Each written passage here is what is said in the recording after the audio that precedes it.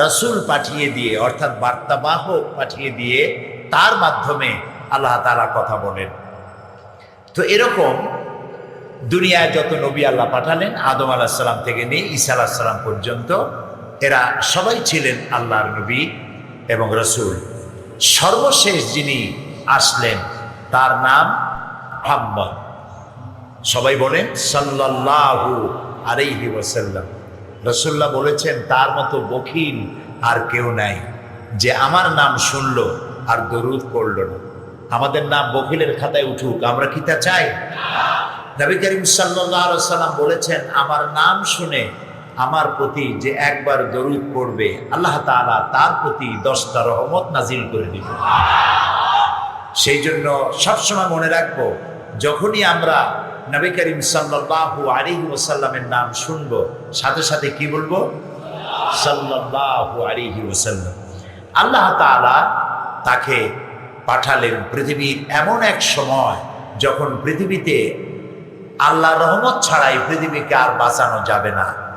চুরি, ডাকাতি, জেনা, ব্যভিচার, হত্যা, ধর্ষণ, শয়তানি, বদমাশি, মিথ্যা, লুণ্ঠন, হাইজ্যাক, ছিনতাই, এমন কোনো অপরাধ নাই যা মানুষের এই পৃথিবীর মানুষেরা করছে না। এখন পৃথিবী এসেছে একটা টার্নিং পয়েন্টে, হয় ধ্বংস না হয় ধ্বংস থেকে বেঁচে যাওয়া। এই সময় আল্লাহ তাআলা নবীকে পাঠালেন। আল্লাহ তাআলা বললেন ওয়ামা আরসালনাকা ইল্লা রাহমাতান লিল আলামিন। নবী হে, আপনাকে আমি পাঠিয়েছি আমার গোটা সৃষ্টি জগতের জন্য, আমার করুণার মূর্ত প্রতীক করে পাঠিয়েছি। আমার গোটা সৃষ্টির জন্য আপনি আমার রহমত। ইমাজিন করুন, চিন্তা করুন, কে বলতেছেন এই কথা? কে বলতেছেন? আল্লাহ তাআলা বলছেন আমার গোটা সৃষ্টি জগতের জন্য আপনি আমার রহমত। সুবহানাল্লাহ, কত বড় কথা! শুধু মানুষের জন্য নয়, সৃষ্টি জগতের জন্য। তিনি এত দয়াদ্র ছিলেন, এত হৃদয়বান ছিলেন, এত করুণার আধার ছিলেন। শুধু মানুষের ব্যাপারে নয়, একটা কৃষক, দুর্বল, একেবারে ক্ষীণ স্বাস্থ্য, এরকমের একটা উটও যদি তিনি দেখতে পেতেন, তার মালিককে সতর্ক করে দিতেন, তুমি বোধহয় তোমার উটটিকে ভালো করে পানি খাওয়াও না, খাবার দাও না, আল্লাহর কাছে জবাব দিতে হবে। তোমার এই উটটিকে, গাধাটিকে, ঘোড়াটিকে, যেটাকে তিনি দুর্বল দেখতেন, তার মালিককে সতর্ক করে দিতেন, এটিকে ঠিক মতো খাইতে দিও। এবং তার শরীর খারাপ, সুতরাং তার শক্তির অতিরিক্ত বোঝা এই উট এবং গাধার উপরে সওয়ার করিয়ে দিও না। শুধু মানুষের ব্যাপারেই নয়, তিনি দয়াদ্র ছিলেন, করুণার আধার ছিলেন গোটা সৃষ্টি জগতের জন্য। তাই তো পৃথিবীর সব মানুষ তাকেই সম্মান করে কথা বলে। কারণ দেখুন, পৃথিবীতে তো নেতা আরো অনেক ধরনের নেতা পৃথিবীতে আছে। দুনিয়ায় যত নেতার নাম আপনি জানেন, আপনি ইতিহাস খুলে দেখুন, প্রত্যেকটি নেতা কথা বলেছেন, তার নিজের দলের কথা বলেছেন, তার ভাষার কথা বলেছেন, তার এলাকার কথা বলেছেন, তার অঞ্চলের কথা বলেছেন, তার ভূখণ্ডের কথা বলেছেন। একমাত্র ব্যক্তি মুহাম্মদ সাল্লাল্লাহু আলাইহি ওয়াসাল্লাম, যিনি কথা বলেছেন গোটা বিশ্বের সকল মানুষের জন্য। তিনি ছিলেন সাদা মানুষ। তিনি কি মানুষ ছিলেন? অত্যন্ত সুন্দর ছিলেন, সুপুরুষ ছিলেন। তিনি সাদা মানুষের ব্যাপারে কথা বলেন নাই, শুধু বলেছেন কালো মানুষের কথা বলেছেন, পুরুষের কথা বলেছেন, নারীর কথা বলেছেন, শিশুর কথা বলেছেন, কিশোরের কথা বলেছেন, সমস্ত প্রাণী জগতের কথা বলেছেন। কিয়ামত পর্যন্ত যারা আসছে আর আসবে সবার ব্যাপারে এত দরদ নিয়ে কথা পৃথিবীতে আর কেউ বলে নাই। সেই জন্য তিনি সব থেকে বেশি আপন, তার থেকে আপন আল্লাহর পরে আর কেউ নাই। মুহাম্মদ রাসূলুল্লাহ সাল্লাল্লাহু আলাইহি ওয়াসাল্লাম, আল্লাহ তাআলা তাকে পৃথিবীতে পাঠালেন। তিনি ওই সমাজে বেড়ে উঠলেন। কোন সমাজে? যেই সমাজের মানুষেরা মিথ্যা কথা ছাড়া বলতেই জানে না, কথা বললেই মিথ্যা বলে, ওয়াদা করলে খেলাপ করে, ঝগড়া করলে গালি দেয়, এরকমের চরিত্র। মদ ছাড়া তাদের জীবন চলতো না। অন্তত 100 প্রকারের নাম ছিল মদের। মদ খাইতে খাইতে, মদের মহব্বতে, মদের যে গ্লাস, মদের জগ সব শুদ্ধ বুকের সাথে জড়াইয়া শীত হয়ে বেউস হয়ে পড়ে থাকতো মদের মহব্বতে। এই যুবক সমাজের মধ্যে নবী করিম সাল্লাল্লাহু আলাইহি সাল্লাম বড় হলেন। মদের বাড়ির কাছেও তাকে কেউ যেতে দেখেনি। একটি মিথ্যে কথা সারা জীবনেও তিনি বলেননি, কাউকে কষ্ট দেননি, কাউকে ব্যথা দেননি। এই সমাজে আস্তে আস্তে বড় হয়েছেন। আর কিভাবে এই সমাজের মানুষের পরিবর্তন হবে সেই চিন্তার গবেষণা করতে লাগলেন। এক পর্যায়ে জীবনের 40টি বছর পূর্ণ হলো, আল্লাহ তাআলা তাকে নবুয়তের চার্জ দিলেন। পাথরের নাম কি? মাশাআল্লাহ, আপনারা বুঝতে পেরেছেন। সেই পরশ পাথরের নাম কিমিয়া বলা হয়েছে পরশ পাথর। কেন? পরশ পাথরের খাসিয়ত হচ্ছে যে ওর সাথে যদি লোহা লাগে, লোহা কি হয়? সোনা হয়ে যায়। পাথর লাগলে ডায়মন্ড হয়ে যায়। সুবহানাল্লাহ। খারাপ মানুষগুলি এসে কোরআনের সংস্পর্শে এলো, মানুষগুলি ভালো হয়ে গেল। রাসূলুল্লাহ হেরা পাহাড় থেকে নেমে এসে বললেন, ইয়া আইয়ুহান নাস কুলু লা ইলাহা ইল্লাল্লাহ তুফলিহু। হে মানব সকল, যদি মুক্তি পেতে চাও, দেখুন এর আগে যত নবী আসছেন পৃথিবীতে, সব নবীরা তারা বক্তব্য রেখেছেন, দাওয়াত দিয়েছেন ইয়া কওমি বলে, ইয়া কওমি, হে আমার জাতি, হে আমার নেশন, হে আমার সম্প্রদায়। একমাত্র মুহাম্মদ রাসূলুল্লাহ সাল্লাল্লাহু আলাইহি ওয়াসাল্লাম, তার দাওয়াত ছিল ইয়া আইয়ুহান নাস, হে মানব মণ্ডলী। কারণ কি? কারণ হলো আল্লাহ রাব্বুল আলামিন যত নবী পৃথিবীতে পাঠিয়েছেন, সব নবীরা হচ্ছেন এলাকা ভিত্তিক নবী, ভাষা ভিত্তিক নবী, অঞ্চল ভিত্তিক নবী, গোত্র ভিত্তিক নবী। আপনার আমার নবী মুহাম্মদ রাসূলুল্লাহ সাল্লাল্লাহু আলাইহি ওয়াসাল্লামকে আল্লাহ তাআলা শুধু মক্কার নবী বানান নাই, মদিনার নবী শুধু বানান নাই। আল্লাহ তাআলা বলছেন, কুল ইয়া আইয়ুহান নাসু ইন্নী রাসূলুল্লাহি ইলাইকুম জামিআ। হে নবী, আপনি বলুন, হে পৃথিবীর মানব সকল, আমি আল্লাহর পক্ষ থেকে তোমাদের সকলের জন্য রসুল হয়ে এসেছি। সুবহানাল্লাহ। সেজন্য রাসূলুল্লাহ বললেন ইয়া আইয়ুহান নাস, ইয়া কওমি বলেন না, ও আমার জাতি, না, ইয়া আইয়ুহান নাস, হে মানব মণ্ডলী, কুলু, বলো, লা ইলাহা ইল্লাল্লাহ তুফলিহু, মুক্তি পাবা এটাতেই। তোমাদের উপরে মানুষের প্রভুত্ব চলছে, মানুষ কেনাবেচা হচ্ছে, নারী কিনতেছে, পুরুষ কিনতেছে, বিক্রি হচ্ছে মানুষ, মানুষের উপরে নির্যাতন হচ্ছে, অর্থনৈতিক নির্যাতন, রাজনৈতিক নির্যাতন, ধর্মীয় নিপীড়ন, হাজারো রকমের অন্যায়, অত্যাচারের, জুলমের নিষ্পেষণে মানুষ ত্রাহি ত্রাহি করছে। রাসূলুল্লাহ বলছেন, তোমরা পড়ো লা ইলাহা ইল্লাল্লাহ, এই কথাটি ঘোষণা করে দাও, তাহলে তুফলিহু, মুক্তি পাবে, নাজাত পাবে। ঘোষণা করো, কোন ইলাহা নাই, আইনদাতা নাই, বিধানদাতা নাই, শাসনকর্তা নাই, কেউ নাই। কে ছাড়া? কে ছাড়া? আল্লাহ ছাড়া কেউ নাই। এই ঘোষণাটি দাও, তাহলে তোমরা মুক্তি পাবে। প্রিয় ভাই সব, নবী করিম সাল্লাল্লাহু আলাইহি ওয়াসাল্লাম মানবতার সামনেই দাওয়াত পেশ করলেন। নবী করিম সাল্লাল্লাহু আলাইহি ওয়াসাল্লাম এই দাওয়াত পেশ করে যখন ঘরে ফিরলেন, হযরত খাদিজার কাছে এসে তিনি বললেন, তিনি জিবরাইলকে দেখেছেন, জিবরাইলকে চিনতে পারেন নাই, বুঝতে পারেন নাই। তাই তিনি বললেন, হযরত খাদিজাকে আমাকে ঢেকে দাও, আমাকে ঢেকে দাও। রাসূলুল্লাহর চেহারায় ছিল ভীতির ছাপ। তিনি বলছেন, আমার গায়ে জ্বর উঠে গেছে, আমি ভয় পেয়েছি। কেন ভয় পেলেন? তিনি ঘটনা শোনালেন। হযরতে খাদিজা রাদিয়াল্লাহু তাআলা আনহা বলছেন, হে কাসেমের পিতা, আপনার চিন্তার কোনো কারণ নাই।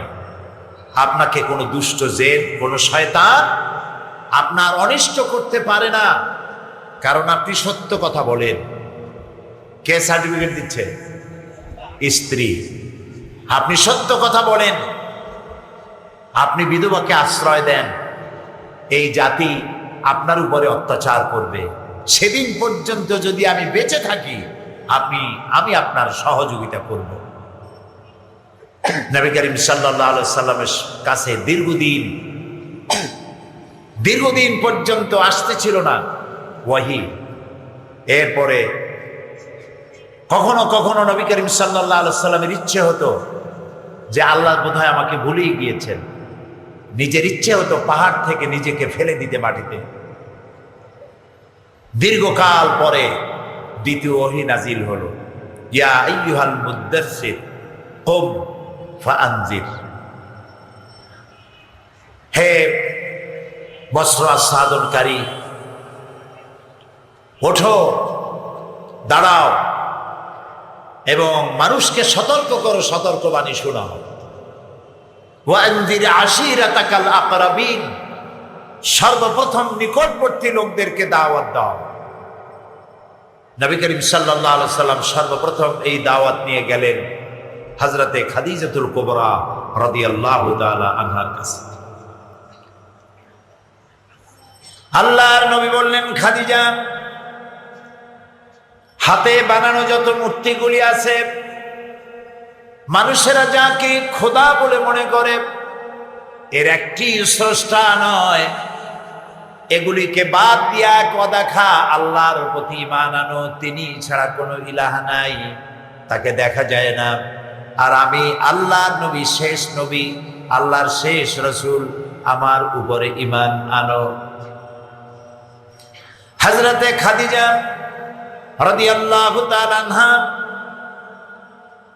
তিনি রাসূলের মুখে এই কথা শোনার পরে এক পলকও দেরি করেন নাই, এক সেকেন্ডও দেরি করলেন না, সঙ্গে সঙ্গে পড়ে ফেললেন লা ইলাহা ইল্লাল্লাহু মুহাম্মাদুর রাসূলুল্লাহ। হযরত খাদিজা বললেন, ইয়া রাসূলুল্লাহ, হে কাসেমের পিতা, আমার মনে কোনো দ্বিধা নাই এ ব্যাপারে যে আপনি আল্লাহর রাসূল, কোনো সন্দেহ নেই। কারণ বিগত 15 বছর বিবাহ হলো আপনার সাথে, এই 15 বছরের ভিতরে আপনার মধ্যে যে চরিত্র আমি দেখেছি, আপনি অবশ্যই আল্লাহর নবী, এতে কোনো সন্দেহের অবকাশ নাই। সুবহানাল্লাহ। নবী করিম সাল্লাল্লাহু আলাইহি সাল্লাম দ্বীনের এই দাওয়াত ছড়িয়ে দিলেন সর্বত্র। লোকেরা এই দাওয়াত কবুল করতে থাকলো, কিন্তু বাধা এলো। আবু জাহাল, আবু লাহাব, উতবা, শাইবা, মুগীরা, কাফেরেরা বাধার সৃষ্টি করলো। এই বাধা কেন এলো? মোট 3 শ্রেণীর লোকেরা বাধা দিয়েছে। দুনিয়ায় যখনই কোনো নবী আসছেন, বাধা দিয়েছে 3 শ্রেণীর লোক। বলেন কয় শ্রেণী?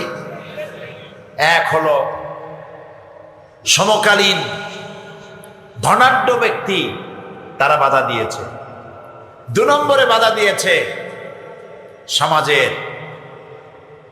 যারা নাকি ধর্মের নামে ব্যবসা করে, তারা বাধা দিয়েছে। 3 নম্বরে সমাজের যারা রাষ্ট্রশক্তি, তারাও বাধা দিয়েছে সমস্ত নবীদেরকে। এবং এই ত্রিবিধ বাধা শুধুমাত্র নবীদের সাথেই নয়, নবীরা চলে যাওয়ার পরেও এখনো এই 3 শ্রেণীর লোকেরা এখনো বাধা দিয়ে থাকে, যাতে ইসলামের কাজ সামনের দিকে এগোতে না পারে। নবী করিম সাল্লাল্লাহু আলাইহি সাল্লাম যে দাওয়াতটা নিয়ে এসেছিলেন, সে দাওয়াতটা কি ছিল? সেটি ছিল ইসলামের দাওয়াত। মুহাম্মদ সাল্লাল্লাহু আলাইহি সাল্লামকে বইপত্র লেখা হয়, তিনি ইসলাম ধর্মের প্রবর্তক। দেখেননি আপনারা বইতে? ইসলাম ধর্মের প্রবর্তক মুহাম্মদ সাল্লাল্লাহু আলাইহি সাল্লাম, এই কথাটি ঠিক নয়। ইসলাম ধর্মের প্রবর্তক হচ্ছেন আল্লাহ রাব্বুল আলামিন। ইসলামের প্রবর্তক কে? আল্লাহ রাব্বুল আলামিন। আর নবীরা হচ্ছেন প্রচারক। এর সর্বশেষ প্রচারক হচ্ছেন মুহাম্মদ রাসূলুল্লাহ সাল্লাল্লাহু আলাইহি ওয়াসাল্লাম। দুনিয়ার সমস্ত নবীদের যে দাওয়াত ছিল, নবী করিম সাল্লাল্লাহু আলাইহি ওয়াসাল্লামের দাওয়াত এর থেকে ভিন্নতর কিছু ছিল না। তার দাওয়াত ছিল এই পৃথিবীর স্রষ্টা হচ্ছেন আল্লাহ তাআলা। পৃথিবীর স্রষ্টা কে? সবাই বলেন আল্লাহ তাআলা। আর স্রষ্টা যিনি, পৃথিবীর স্রষ্টা যিনি, আলা লাহুল খালকু ওয়াল আমরু, সৃষ্টি যার, আইন চলবে সেই আল্লাহ তাআলারই। এই কথা, এই দাওয়াতই ছিল সমস্ত নবীদের। সমস্ত নবীদের স্লোগান ছিল একটা, দুই রকমের কথা কেউ বলেন নাই। স্লোগান কয়টা ছিল? আদম আলাইহিস সালাম থেকে শুরু করে মুহাম্মদ সাল্লাল্লাহু আলাইহি সাল্লাম পর্যন্ত স্লোগান একটাই ছিল। স্লোগানটা কি ছিল? পড়েন আমার সাথে, লা ইলাহা ইল্লাল্লাহ, লা ইলাহা। একটাই স্লোগান, কোনো ইলাহা নাই, কোনো আইনদাতা নাই, বিধানদাতা নাই, শাসনকর্তা নাই, কেউ নাই। কে ছাড়া? আল্লাহ ছাড়া। এই দাওয়াত যখন দিলেন, তিন শ্রেণীর লোকেরা বাধা দিল। প্রথমে বাধা দিল যারা ধনাঢ্য ব্যক্তি, তারা বাধা দিল। তারা বাধা দিল কেন? তাদের বাধা দেওয়ার কারণ এই, তারা মানুষ কেনা বেচা করতো, সুদে টাকা লাগাতো। তারা দেখলো আল্লাহ ছাড়া কোনো ইলাহ নাই এবং ইসলাম একটি নতুন আইন দিচ্ছে, তার মধ্যে অর্থনীতি আছে, সমাজনীতি আছে, রাজনীতি আছে। যদি এই ইসলাম চালু হয়ে যায় তাহলে মানুষকে তো আমরা শোষণ করতে পারবো না। সেই জন্য ধনাঢ্য ব্যক্তিরা তারা বাধা দিতে লাগলো। দুই নম্বরে বাধা দিল ধর্মের নামের এক শ্রেণীর ব্যবসায়ী লোকেরা। তাদের অসুবিধা কি? তাদের অসুবিধা হচ্ছে তারা ভাবখানা দেখাতো যে আমরা হচ্ছি আল্লাহর এজেন্ট। আমাদের যদি কদমবুসি করতে পারো, আমাদেরকে যদি হাদিয়া তোহফা দিতে পারো, টাকা পয়সা দিতে পারো, ততই বেশি আল্লাহর নৈকট্য লাভ করতে পারবে। এই মধ্যসত্ত্বভোগী ধর্মের নামের এক শ্রেণীর ব্যবসায়ী তারা দেখলো যে নবীরা এসে মানুষদেরকে ডাইরেক্ট আল্লাহর সাথে যোগাযোগ করাই দিচ্ছে, তাহলে আমরা তো বাদ পড়ে যাচ্ছি। ভাও, আমাদের কাছে লোকেরা হাদিয়াও নিয়ে আসবে না, কদমবুসিও করবে না, টাকা পয়সাও দিবে না, সুতরাং দাও বাধা। এরাও দিল বাধা। তিন নম্বরে বাধা দিল কিরকম? তো রাষ্ট্র শক্তি। তাদের অসুবিধা কি? তারা দেখলো মানুষের উপরে যে প্রভুত্ব, আইন তৈরি করে মানুষের উপরে যে প্রভুত্ব আমরা চালাচ্ছিলাম, নবীরা এসে তো মারাত্মক ক্ষতি করতেছে। তারা বলতেছে আল্লাহর আইন ছাড়া কারো আইন মানা যাবে না, তাহলে আমরা কোন কামে লাগি? আমরা কি ভাও? সুতরাং নবীদেরকে মারো, ইসলামী রাস্তায় যারা কাজ করে তাদেরকে পথে বাধা দাও। এইভাবে ত্রিবিধ, তিন জাতীয় বিরোধী শক্তি ইসলামকে আটকাবার চেষ্টা করলো। দেখুন হযরত মূসা আলাইহিস সালাম, হযরত মূসা আলাইহিস সালাম যখন ফেরাউনের কাছে দাওয়াত নিয়ে গেলেন, আল্লাহ তাআলা বললেন, ইযহাব ইলা ফিরআউনা ইন্নাহু তাগা, চলে যাও ফেরাউনের কাছে। ফেরাউন সার্কাস হয়েছে, সীমা লঙ্ঘন করেছে, তার কাছে আমার দাওয়াত নিয়ে চলে যাও। আমি কদিন আগে ফেরাউনের দেশ থেকে ঘুরে এসেছি। এখানে ফেরাউনের দেশে গিয়ে আমার বাস্তব অভিজ্ঞতা হলো, মূসা আলাইহিস সালামের দেশ, ফেরাউনের দেশ, ইউসুফ আলাইহিস সালামের দেশ, হারুন আলাইহিস সালামের দেশ, হযরত ইব্রাহিম আলাইহিস সালামের শ্বশুর বাড়ি মিশর। সেই মিশরে কোরআন শরীফের সাথে রিলেটেড যে জায়গাগুলি, সেই জায়গাগুলি দেখার সুযোগ আল্লাহ তাআলা আমাকে করে দিলেন, আলহামদুলিল্লাহ। পৃথিবীর 4টি মহাদেশের অর্ধশতের উপরে দেশ আল্লাহ তাআলা আমাকে দেখাইছেন, কিন্তু মিশর এর আগে যাওয়া হয়েছিল না। জামিয়া আল আজহার, পৃথিবীর প্রাচীন বিশ্ববিদ্যালয় জামিয়া আল আজহারের দাওয়াতে মিশর ভ্রমণের এক সুযোগ হলো। আমি ঠিক সেখানে চলে গেলাম যেখানে মূসা আলাইহিস সালামের সঙ্গে আল্লাহ তাআলা কথা বলেছিলেন। এটি কায়রো থেকে প্রায় 500 কিলোমিটার দূরে। সেখানে পৌঁছে যাওয়ার পর কোরআন শরীফ বলছে যে মূসা আলাইহিস সালাম তিনি তার স্ত্রী নিয়ে যাচ্ছিলেন। ঠান্ডার মৌসুম ছিল, স্ত্রী ছিলেন আসন্ন প্রসবা, গর্ভবতী, ডেলিভারি হবে, কিন্তু এই ঠান্ডার মধ্যে আগুনের প্রয়োজন দেখা দিল। এখন তিনি আগুন পাবেন কোথায়?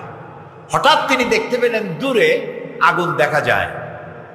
তিনি তখন তার পরিবারকে বললেন, ফাকাল লি আহলিহিম কুসু ইন্নী আনাস্তু নারান লাআল্লি আতিকুম মিনহা বিকাবাসিন আও আজিদু আলান নারি হুদা। তার পরিবারকে তিনি বললেন, তুমি এখানে তোমরা অপেক্ষা করো, ওই যে আগুন দেখা যায় আমি ওর কাছে যাই, ওখান থেকে হয় আগুন নিয়ে আসবো, আর যদি আগুন সেটা না হয় তাহলে ওখান থেকে আমি কোনো পথের সন্ধানও হয়তো পেয়ে যেতে পারি। যখন তিনি তার কাছাকাছি হলেন, যেটাকে তিনি আগুন মনে করেছিলেন, আল্লাহ তাআলা সূরা তাহার মধ্যে বলেছেন, ফালাম্মা তাহা নুদিয়া ইয়া মূসা ইন্নী আনা রাব্বুক ফাখলানা আলাই ইন্নাকা বিল ওয়াদিল মুকাদ্দাসি তুয়া।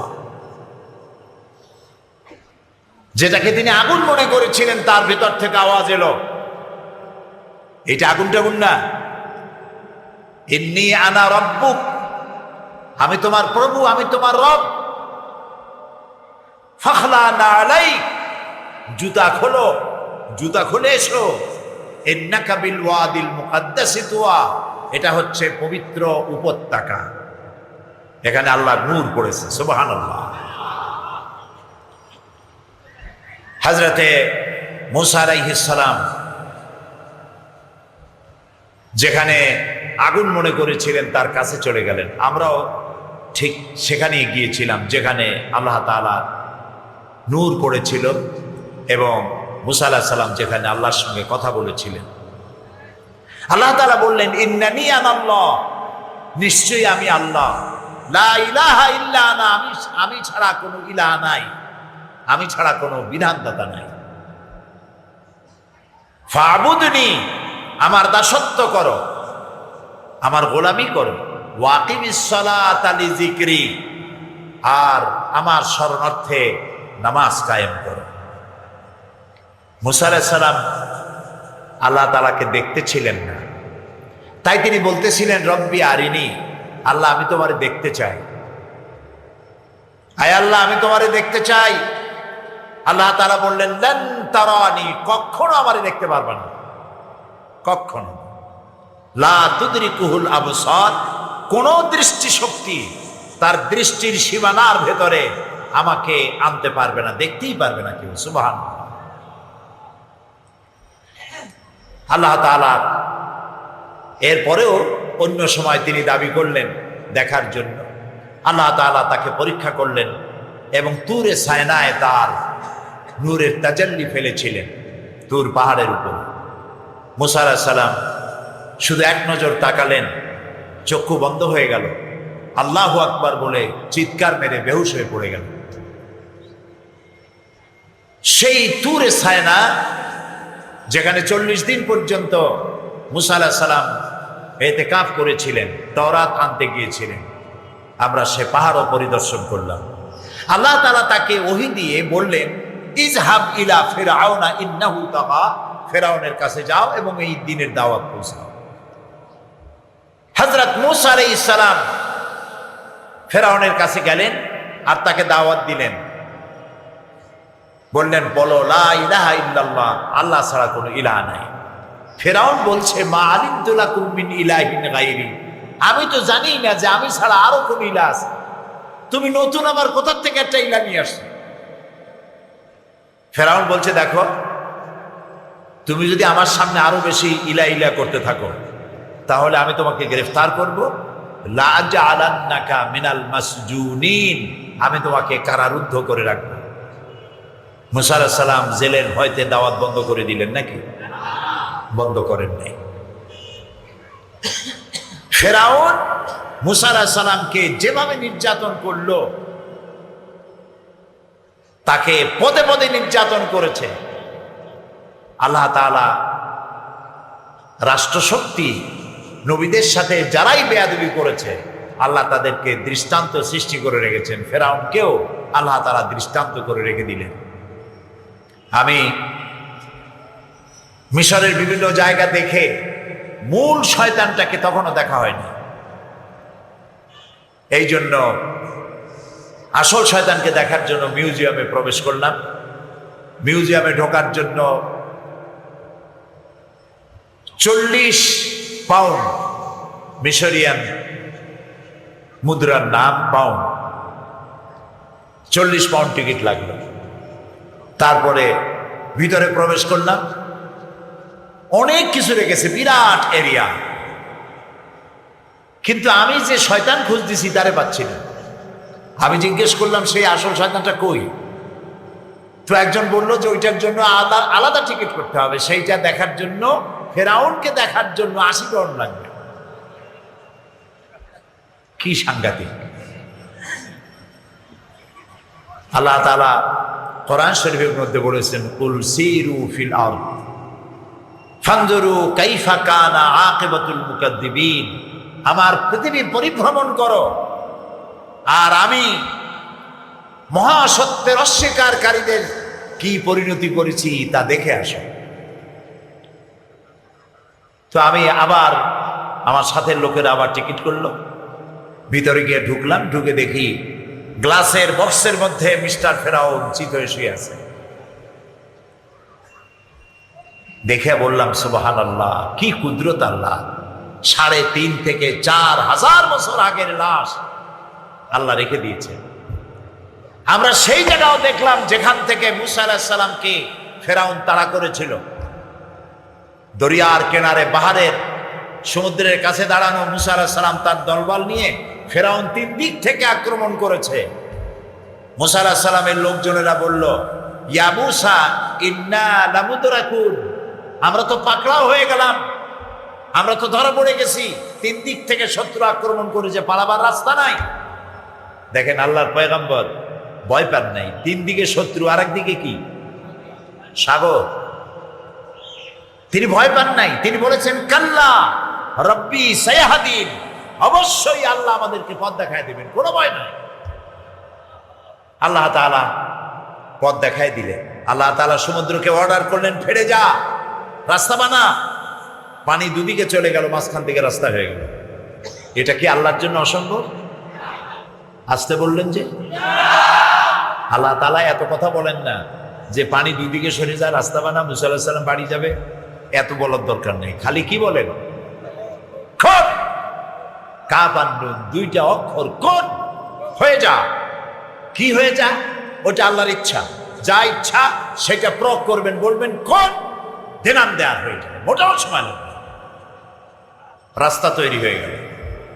ফেরাউন ধেয়ে আসতেছে, মুসা আলাইহিস সালাম তার দলবল নিয়ে মাছ দরিয়ায় চলে গেছেন।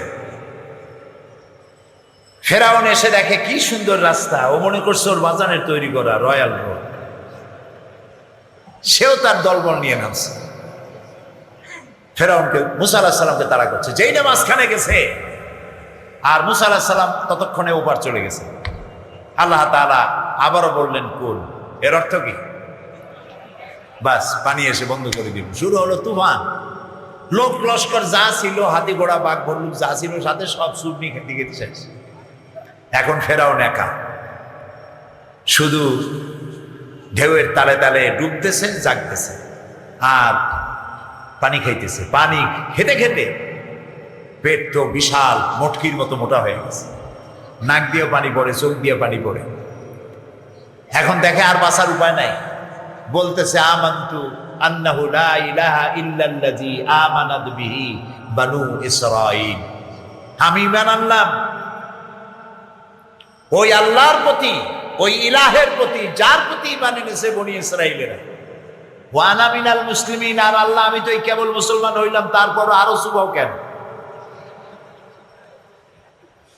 আল্লাহ তাআলা বলছেন আল আন, এখন, ওয়াকাদ আসাইতা ক্বাবলু ওয়া কুনতা মিনাল মুফসিদিন, অথচ তুমি এর পূর্বে আমার সাথে বিদ্রোহ করেছো, আমার জনগণকে নির্যাতন করেছো, আমার গোলামদের উপরে তোমার মন গড়া আইন চাপিয়ে মানুষকে গোলামের জিনজিরে আবদ্ধ করে নির্যাতন করেছো। এখন বলতেছো আনা মিনাল মুসলিমিন। আল্লাহ কয় অকুনতা মিনাল মুফসিদিন, ও কয় আমি মুসলমানদের একজন, আল্লাহ কয় তুমি সন্ত্রাসীদের একজন, বড় সন্ত্রাসী। আল্লাহ তাআলা বলছেন, শোনো ফেরাউন, আমি তোমারে আজকে শুধু মারবই না, আল ইয়াউমা নুনাজ্জিকা বিবাদানিক, আমি তোমারে মারব এবং তোমার শরীরটারে বাঁচায় দেব। পানিতে পচবে না তোমার শরীর। মিশরের যারা বাদশা হতো তাদেরকে ফেরাউন বলা হয়। রামসিস টু তাকে বলা হয়। এটা হলো আসল ফেরাউন, মুসা আলাইহিস সালামের জামানায় যে ছিল। তো আল্লাহ তাআলা পয়গম্বরদের সাথে যারা বেয়াদবি করেছে তাদেরকে এভাবে ইতিহাস সৃষ্টি করে রেখেছে। কারুন ছিল, কারুনের ছিল বিশাল ধনসম্পদ মিশরে। আমি আল্লাহ তাআলার সে কুদরত দেখে আসলাম, সে আযাবের নিদর্শন দেখে আসলাম। কারুনের ছিল বিশাল ধনসম্পদ, তার বাড়ি আর সম্পদ রাখার যে জায়গা ছিল সেই জায়গার পরিমাণ ছিল 55,000 একর। 55,000 একর নিয়েছিল তার বাড়ি এবং সম্পদ রাখার জায়গা। তার সম্পদ থাকতো যে সিন্ধুকে, সেই সিন্ধুকের চাবি বহন করত শতাধিক উটে, চাবি বহন করত। এই বিশাল সম্পদের যাকাত চাইলেন হযরত মুসা আলাইহিস সালাম, তাকে দ্বীনের দাওয়াত দিলেন। দাওয়াত তো গ্রহণই করলো না, নারী ঘটিত এক অপবাদ দিল মুসা আলাইহিস সালামের উপরে, নাউযুবিল্লাহ। মুসা আলাইহিস সালাম অসন্তুষ্ট হলেন, আল্লাহর গজব কামনা করলেন। সূরা কাসাসের মধ্যে আল্লাহ তাআলা এই ঘটনা বর্ণনা করেছেন, কোনটা গল্প নয়, সব কোরআন। আল্লাহ তাআলা অর্ডার করলেন জমিনকে, কারুন তার সম্পদ শুদ্ধ মাটির মধ্যে গ্রাস করে নিয়ে। মাটি কারুন এবং তার সম্পদকে গ্রাস করলো। এটার নাম হচ্ছে বহায়রা কারুন। সেখানে গিয়ে দেখলাম সামনে ডানে আর বামে পানি ছাড়া কিছুই দেখা যায় না, সমুদ্রের মতো হয়ে গিয়েছে। আজও পর্যন্ত এ স্বাক্ষর বহন করছে এই মাটি যে আল্লাহর সাথে নাফরমানি করলে কি হয় আল্লাহ তা দেখিয়ে দিয়েছেন।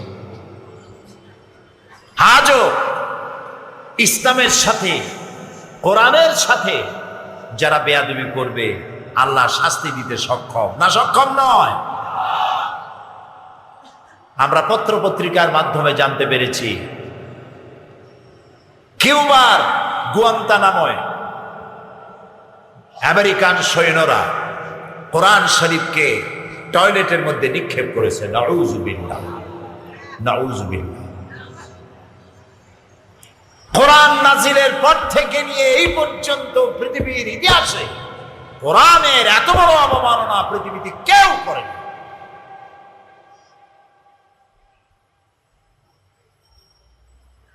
এই যে শক্তির বাহাদুরি, কোরআন শরীফের সাথে যে বেহুদমতি করলো, আল্লাহ আছেন না? ফেরাউনকে যেভাবে আল্লাহ তাআলা করেছেন, বুশকে এরকম পারবেন না? পারবেন না? পারবেন না? অবশ্যই পারবেন। কোরআন অবমাননা করার অর্থ গোটা দুনিয়ার মুসলমানদেরকে অবমাননা করা। কোরআন অবমাননার অর্থ সারা পৃথিবীর মানবতাকে অপমান করা। কোরআন অবমাননার অর্থ স্বয়ং আল্লাহ রাব্বুল আলামিনকে অমর্যাদা করা। গায়ের শক্তিতে আমেরিকা এখন অস্থির। অনেক সৈন্য আছে, অস্ত্র আছে। দুনিয়া থেকে সন্ত্রাস নির্মূল করতে চায় আমেরিকা। আমেরিকার দৃষ্টিতে মুসলমান ছাড়া সন্ত্রাসী নাই। ওরা সন্ত্রাসী রাষ্ট্রের একটা তালিকা করেছে। সে তালিকার মধ্যে সুদান আছে, ইরাক আছে, ইরান আছে, চেচনিয়া আছে, বসনিয়া আছে, কাশ্মীর আছে, মালয়েশিয়া আছে, ইন্দোনেশিয়া আছে। নেই শুধু সেই রাষ্ট্রটির নাম যেই রাষ্ট্রের জন্মই হয়েছে সন্ত্রাসের মধ্য দিয়ে, সেই ইসরায়েলের নাম নাই। প্রত্যেক দিন অভিশপ্ত ইহুদিরা প্যালেস্টাইনের মুসলমানদেরকে প্রতিদিন মারতেছে। তারা সন্ত্রাসী না। হিন্দুস্তানে কথায় কথায়, সুতায় নাতায় সাম্প্রদায়িক দাঙ্গা বাঁধিয়ে মুসলমান মারতেছে। সেসব উগ্রপন্থী হিন্দুরা সন্ত্রাসী না। সন্ত্রাসী কারা? সন্ত্রাসী প্যালেস্টাইনি মুসলমানেরা, যারা তাদের মাতৃভূমি, পিতৃভূমি উদ্ধারের চেষ্টা করে, ওরা সন্ত্রাসী। চেচনিয়ার মুসলমানেরা স্বাধিকার আন্দোলন করছে, ওরা সন্ত্রাস। সুতরাং আজ শুধু ক্ষমা চাইলে হবে না, কোরআন শরীফের অবমাননা করে ভুল স্বীকার করলে হবে না। কোরআন শরীফ অবমাননা করেছে যে আমেরিকান সৈন্যরা, গোটা পৃথিবী গর্জে উঠেছে আজ। আগামী ২৭শে মে সারা পৃথিবীব্যাপী বিক্ষোভ হবে আমেরিকার বিরুদ্ধে। যারাই অপমান করেছে কোরআনের, এই কোরআনের অপমান যারা করেছে, তাদের দৃষ্টান্তমূলক শাস্তি না দিলে আল্লাহর গজব থেকে আমেরিকা রক্ষা পাবে না। আগামী ২৭শে মে জামাত ইসলামী বাংলাদেশের পক্ষ থেকে বাংলাদেশে আহ্বান করা হয়েছে বিক্ষোভ দিবস উদযাপনে। আগামী ২৭শে মে বাইতুল মুকাররমের উত্তর গেটে ইমানের দাবিদার সব মুসলমান সেখানে বন্ধু বান্ধব নিয়ে সব হাজির হয়ে যাবেন। সেখানে আপনারা উপস্থিত হবেন। শিবির করবে ২৬ তারিখ আর জামাত ইসলামী করবে ২৭ তারিখ। এ বিক্ষোভে অংশগ্রহণ করা মুসলমানদের ইমানই দায়িত্ব। কোরআন শরীফ আমাদের ইমান, কোরআন আমাদের কলিজা, কোরআন আমাদের রক্ত, কোরআন আমাদের বেঁচে থাকার আমাদের দলিল, সম্মানের দলিল। কোরআন শরীফের উপর আঘাত মুসলমানরা বরদাস্ত করতে পারে না। প্রিয় ভাই সব, সেজন্য আজ কোরআনে কারীম, এই পৃথিবীর মুসলমানেরা এই ধরনের কোন ইতিহাস আছে যে মুসলমানেরা কারো ধর্মগ্রন্থকে এরকম টয়লেটে ফেলাইতেছে? আছে? মুসলমানেরা কারো গির্জা, কারো মঠ, কারো সিনাগোগ, কারো মন্দির মুসলমানরা ভাঙছে, এর কোন দলিল আছে? নাই। আমেরিকা চায় যে পৃথিবীর মুসলমানেরা খেপে উঠুক আর একটা যুদ্ধ বাঁধাক, পৃথিবীতে একটা তৃতীয় বিশ্বযুদ্ধ লেগে যাক আর ওর অস্ত্রের একটা রমরমা ব্যবসা শুরু হয়ে যাক। আমরা যুদ্ধে যাব না, আমরা আল্লাহর কাছে বুশের শাস্তি দাবি করব। আল্লাহর গজবের হাতে বুশকে সোপর্দ করছি। আল্লাহ তাআলা তাকে শাসন করার জন্য আল্লাহ যথেষ্ট, ঠিক কিনা? আমাদের বাড়ির কাছে ইন্ডিয়া, ভারতে বাবরি মসজিদ ভাঙলো। এই বাবরি মসজিদ ভাঙার পরে বাংলাদেশে কোনো মন্দির ভাঙা হয়েছে? হয়েছে? পৃথিবীতে মুসলমানরা একমাত্র সহনশীল জাতি, যারা পরধর্মের উপরে অত্যন্ত সহনশীল। এরকম জাতি পৃথিবীতে আর না।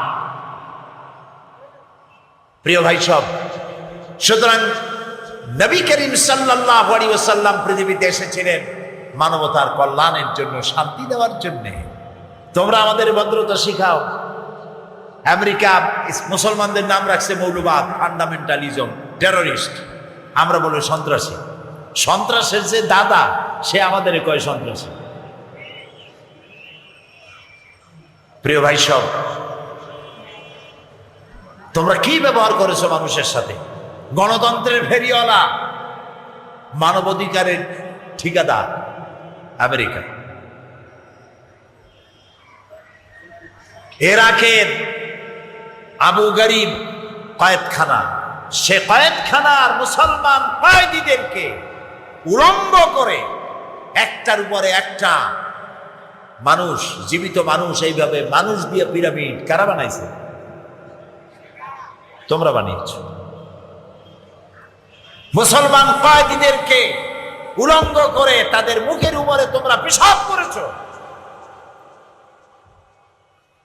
মুসলমান কয়েদিদের গলায় কুত্তার বেল পড়াইয়া তোমরা রাস্তায় রাস্তায় টেনেছ। 70-80 বছরের বৃদ্ধা মেয়ে লোক, তাকে গাধা বানাইয়া তার পিঠের উপরে তোমরা সওয়ার হইয়া রাস্তায় রাস্তায় ঘুরাইছ। মুসলমানরা করেছে পৃথিবীতে কোথাও? আছে কোন নজির? মুসলমানদের কাছে বন্দী হয়ে যখন লোকেরা এসেছে, রাসূলুল্লাহ বলেছেন এই বন্দীদের একটা বন্দী শিক্ষিত বন্দী যদি মূর্খ 10টা বন্দীকে অক্ষর জ্ঞান শিক্ষা দিতে পারে, ওর বিনিময়ে তাকে মুক্তি করে দেওয়া হবে, তাকে মুক্ত করা হবে। বন্দীদের উপরে কোনো নির্যাতন ইসলাম করে নাই, মানুষের উপরে শুধু দয়াই করেছে। সুতরাং আমাদেরকে শিখাইতে আইসো না, প্রয়োজন হলে ইসলামের কাছে তোমরা শেখো। তোমাদের শেখার জন্য ইসলামের কাছে বহু কিছু আছে, তোমাদের কাছে শেখার আমাদের কিছুই নাই। তোমাদের কাছে শিখলে সারা পৃথিবী এইডসে ভরে যাবে।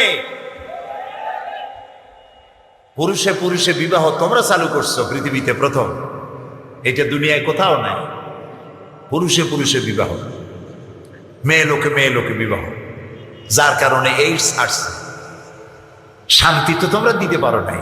আমেরিকা তো বহুত সফর করেছি আমি, কি এর শান্তি দেবে? অশান্তির চোটে মাথার চুল চতুর্দিক দিয়া কামায়া মাথার উপরে তালপট্টির দ্বীপ বানায় রাখছে। 2 দিক দিয়া চুল কামাইয়া মাথার উপরে তাল পাতার মতো চুল খাড়া করিয়া তাতে নানান পদের রং দিয়ে রাখছে। আবার কেউ বা পিছনে চুল ছোট ছোট করে কেটে সেখানে টেলিফোন নম্বর, হাউস নম্বর, রোড নাম্বার লিখে রাখছে। শয়তানে যদি এই দৃশ্য দেখে, শয়তান খালি আগে আমার প্রথম জীবনে যখন, আজকে তো নতুন ওয়াজ করি না, সেই কবে শুরু করেছি 60-এর দশকে, আর এখন 2005, 60-এর দশকে শুরু করছি ছাত্র জীবনে। তখন মাহফিলে দেখতাম সব বুড়ো মানুষ, যুবকের আসতোই না। আর এখন তাকিয়ে দেখেন তো কারা বেশি?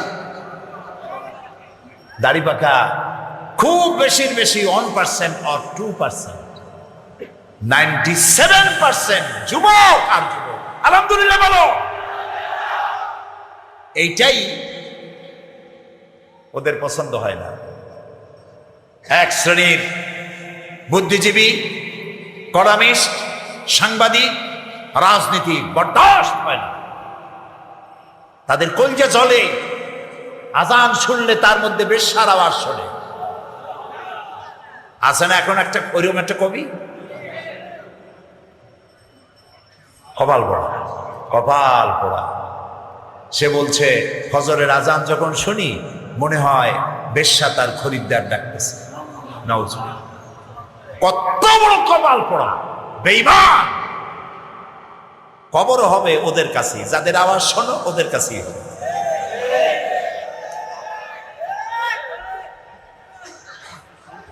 প্রিয় ভাই সব, ইসলাম থেকে দূরে সরাবার হাজারো প্রচেষ্টা চলছে।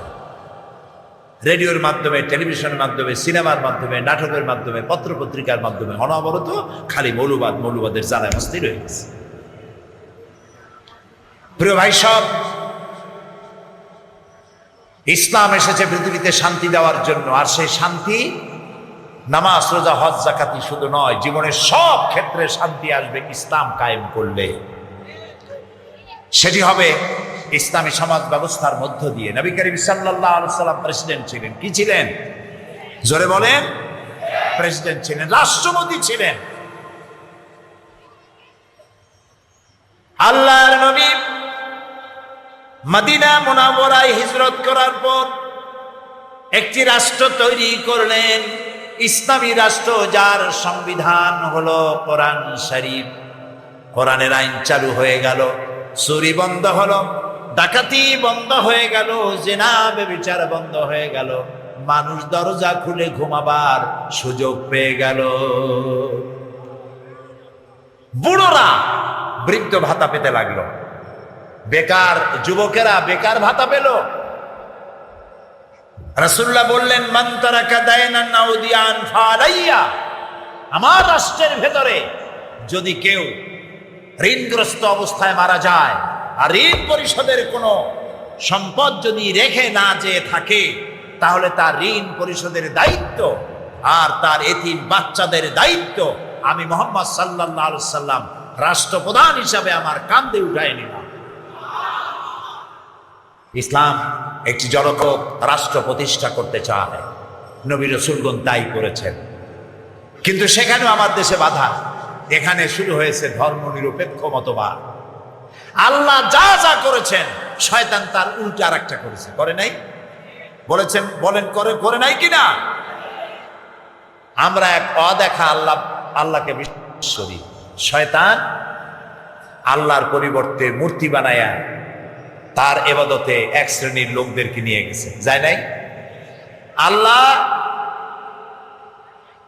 যাকাত ভিত্তিক অর্থনীতি চালু করে দিয়ে সুষম বন্টন নীতির ব্যবস্থা করেছেন। শয়তান সুদ ভিত্তিক অর্থনীতি করে গরিবদেরকে শোষণ আর ধনীদেরকে আরো বেশি পয়সা পাওয়ার সুযোগ করে দিয়েছে। আল্লাহ তাআলা খেলাফত সৃষ্টি করেছেন, শয়তান রাজতন্ত্র তৈরি করেছে। আল্লাহ তাআলা দ্বীন ইসলাম দিয়েছেন, শয়তান সেখানে ধর্মনিরপেক্ষ মতবাদ চালু করেছে। ইসলামের উল্টাটাই হলো ধর্মনিরপেক্ষ মতবাদ। এই ধর্মনিরপেক্ষ মতবাদ মুসলমানদের জন্য গ্রহণ করা জায়েজ নাই। কেন নাই? ধর্মনিরপেক্ষ মতবাদটা কি? ধর্মনিরপেক্ষ মতবাদটা হচ্ছে নামাজ রোজা হজ যাকাত করব আমার ইচ্ছে মতো, আল্লাহর কথা মতো। শুনতেছেন কথা? নামাজ রোজা হজ যাকাত করব আমার আল্লাহর কথা মতো, কিন্তু আমার অর্থনীতি, আমার সমাজনীতি, আমার শিক্ষা, আমার দীক্ষা, আমার বিয়ে শাদী, আমার ওঠা বসা, আমার চলাফেরা, আমার নির্বাচন, আমার ইলেকশন, আমার ভোট, এ সব কিছু চলবে আমাদের নিজেদের মন গড়া নেতাদের কথা মতো, আমরা যা বানাই সেই অনুপাতে। এটার নাম কি? ধর্মনিরপেক্ষ মতবাদ। ধর্মের ব্যাপারে রাজনীতি নিরপেক্ষ থাকবে। কথা কি বুঝে আসতেছে? তাহলে এটা আমরা কোত্থেকে গ্রহণ করলাম? রাজনীতি থেকে ধর্ম আলাদা করতে হবে, এই দলিল আমি পেলাম কই? রাসূলুল্লাহ রাজনীতি করেন নাই, জবাব দিতে হবে করেন নাই। নবীদের মধ্যে তিনি একাই রাজনীতি করেছেন, আর কোন নবীরা করেন নাই। ইউসুফ আলাইহিস সালাম কি ছিলেন? ইউসুফ আলাইহিস সালাম প্রথমে অর্থ এবং খাদ্য মন্ত্রণালয়ের দায়িত্বশীল মন্ত্রী ছিলেন, মিশর গভর্নমেন্টের মন্ত্রী ছিলেন। একদিকে নবী আর একদিকে মন্ত্রী। কোথায় আছে কথা? কোরআন শরীফে আছে, সূরা ইউসুফ পড়ে দেখেন। এরপরে গোটা মিশরের প্রেসিডেন্ট হলেন কে? ইউসুফ আলাইহিস সালাম। সুলাইমান আলাইহিস সালাম সারা পৃথিবীর প্রেসিডেন্ট ছিলেন। সুবহানাল্লাহ কইতে ইচ্ছে করে না? মুহাম্মদ সাল্লাল্লাহু আলাইহি ওয়াসাল্লাম প্রেসিডেন্ট ছিলেন।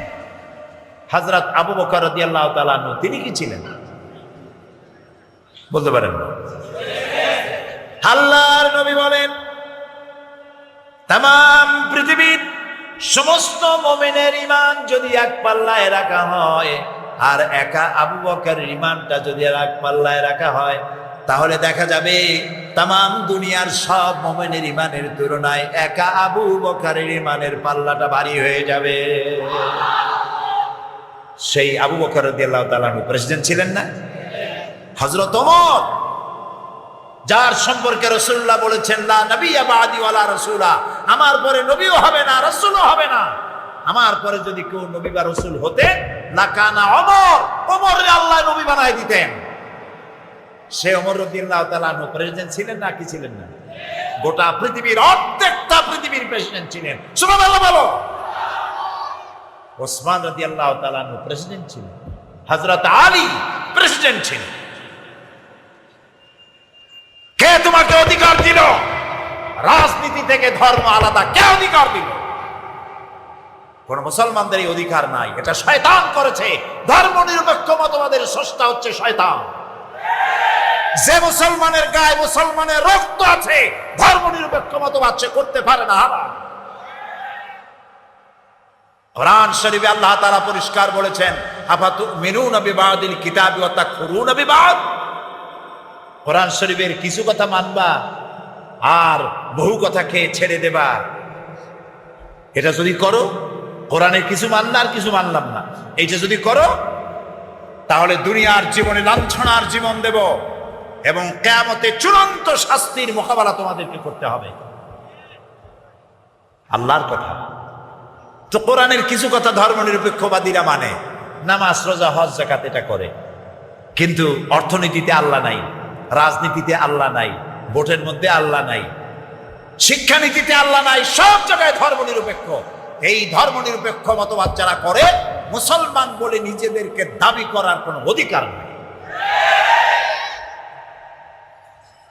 কোরআন হাদিস অনুযায়ী জীবন চালাইতে হবে। নবী করিম সাল্লাল্লাহু আলাইহি ওয়াসাল্লাম তিনি আল্লাহর দেওয়া বিধান অনুযায়ী দেশ পরিচালনা করেছিলেন, কোরআন দিয়ে করেছিলেন। শান্তি ফিরে আসলো, চুরি ডাকাতি বন্ধ হয়ে গেল।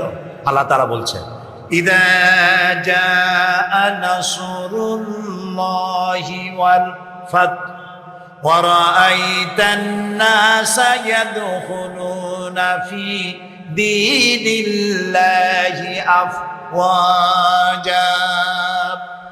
যখন আল্লাহর পক্ষ থেকে মদদ আসবে, বিজয় আসবে, তখন দেখতে পাবে দলে দলে লোকেরা ইসলামের মধ্যে প্রবেশ করতেছে। মদিনার জীবনে রাসূলুল্লাহর যখন 10 বছর পূর্ণ হতে যাচ্ছে, তখন দেখা গেল মদিনার আশেপাশে আর কেউ কাফের ছিল না, সব মুসলমান হয়ে গেছে। সুবহানাল্লাহ, সুবহানাল্লাহ। কারণ তারা দেখতে পেল ইসলামের অর্থ হাত কাটা শুধু নয়, ইসলামের অর্থ রক কাটা নয়, ইসলামের অর্থ খুন করা নয়, ইসলামের অর্থ মারামারি নয়। ইসলাম যুদ্ধ করে না, যুদ্ধ বাধাই দিলে জবাব দেয়। কথা বুঝতে পেরেছেন? রাসূলুল্লাহ যত যুদ্ধ করেছেন, গায়ে পড়ে যুদ্ধ করেছেন, আক্রান্ত হয়েছে, জবাব দিয়েছে। সুতরাং মানুষের তৈরি করা মতবাদ দিয়া পৃথিবীতে শান্তি কোথাও আসে নাই, আসবেও না। আমরা কি শান্তি চাই? আমি জবাব চাই, আমরা কি শান্তি চাই? কারা কারা শান্তি চান? সবাই চাই শান্তি, হাত নামান। সবাই চাই শান্তি। এই শান্তি কিভাবে আসবে? এই শান্তি কিভাবে আসবে? আসুন আমরা সবাই মসজিদে গিয়া শান্তি শান্তি শান্তি জিকির করি। এই শান্তি শান্তি জিকির করলে মাথায় যন্ত্রণা হবে, অশান্তি আরো বাড়বে। শান্তি হবে কি করলে? শান্তি হবে আল্লাহর আইন দিয়ে এই পৃথিবীকে পরিচালিত করতে পারবে। সেই জন্য আজকের যুবকেরা তোমরা জানো না আল্লাহর কাছে তোমাদের কত মর্যাদা। আগেই কও আলহামদুলিল্লাহ। তোমাদের মর্যাদা আল্লাহর কাছে অনেক বেশি। আল্লাহর নবী বলেছেন, কিয়ামতের দিন আল্লাহর আরশের নিচের ছায়া ছাড়া যেদিন কোনো ছায়া থাকবে না, সেই দিন 7 শ্রেণীর লোকদেরকে আল্লাহ তাআলা আরশের নিচে ছায়া দিবেন। ওর মধ্যে এক শ্রেণী হচ্ছে ওয়াশাবুন নাশা ফি ইবাদাতিল্লাহ, ওই সব যুবক যারা নাকি রাতের বেলায় আল্লাহর ইবাদত করে রাত কাটাইছে। এইসব যুবকদেরকে আল্লাহ তাআলা আরশের নিচে ছায়া দেবেন। সুবহানাল্লাহ বলেন। যুবকেরা, ইসলামী ছাত্র শিবির কাছের থেকে দেখো পত্রিকা কি লিখলো, এগুলি দেখার দরকার নাই। পত্রিকার লেখা কোনো অভিনা, সবটা 100% সত্য, এটাও সঠিক না। কথা ঠিক কিনা?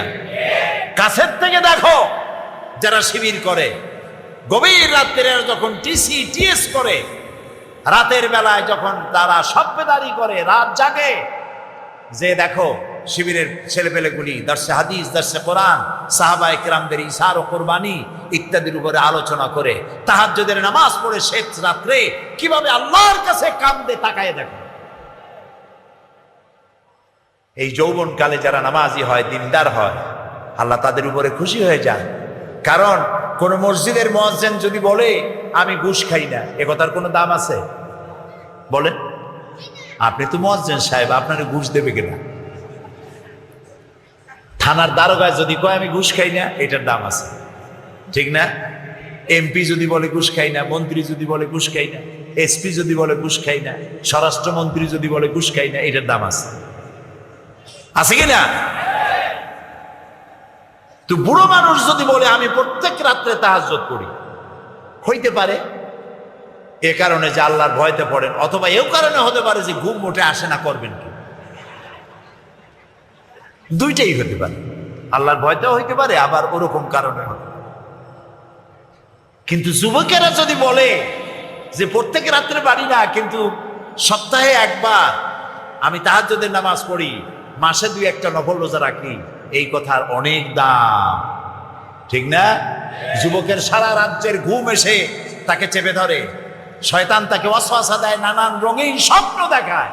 এ সবগুলিকে দুপায়ে ঠেলে, টাটকা সুখ দুপায়ে ঠেলে যেসব যুবকেরা রাত্রি জেগে আল্লাহর সেজদা দেয়, বুড়োর 1000 সেজদার চাইতে যুবকের 8 সেজদার দাম আল্লাহর কাছে অনেক বেশি।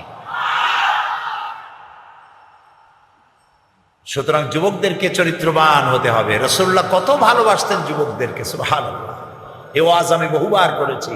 যুবকদেরকে আল্লাহ রাসূল সব থেকে ভালোবাসতেন, এই কারণে রাসূলুল্লাহ বলেছেন উসীকুম বিশ-শাবাবে খায়রা ফাইন্নাহুম আরাক্কু আফইদা লাকাদ বাআসানি আল্লাহু বিল হানিফিয়্যাতি সামহা ফাহালাফানি আশ-শাবাব ওয়া খালাফানি আশ-শায়ুখ।